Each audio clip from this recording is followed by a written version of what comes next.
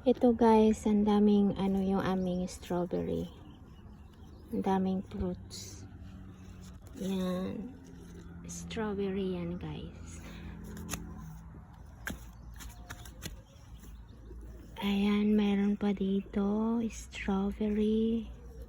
Strawberry. Marami itong bunga. Ito yung bunga nila guys. Oh. Yan. Ang dami. Kasi meron kami dito sa labas din ng strawberry. Ayan.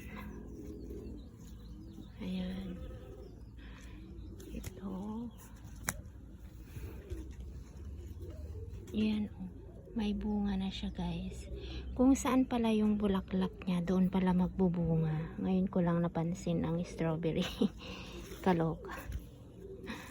Ayan. So, ang dami niyang bulaklak. So, ang daming bunga ito. Ayan. Ito.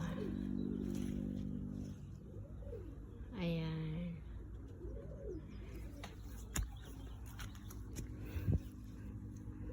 Ang dami niyang bunga guys. Oh, ang daming bulaklak yung strawberry namin. Ayan, 'di ba? Super. Tanggalin natin yung mga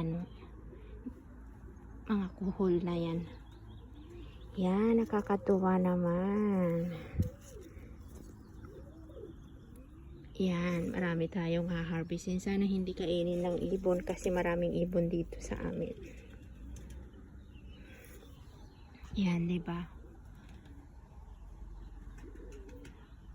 Ang daming bunga guys, yung strawberry namin. Meron na rin itong cherry namin yan. Cherry din ito.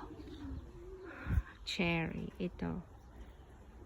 Cherry ito guys. Pag lumaki niyan, yan, ito cherry, wala. Pero ito ata yung bunga. Yan, oo nga, ito yung bunga niya guys. So, yun lang guys. Ayan, diba nandito lang sa ating bakuran ang mga pagkain natin. Parang sa Pinas lang. Happy Monday!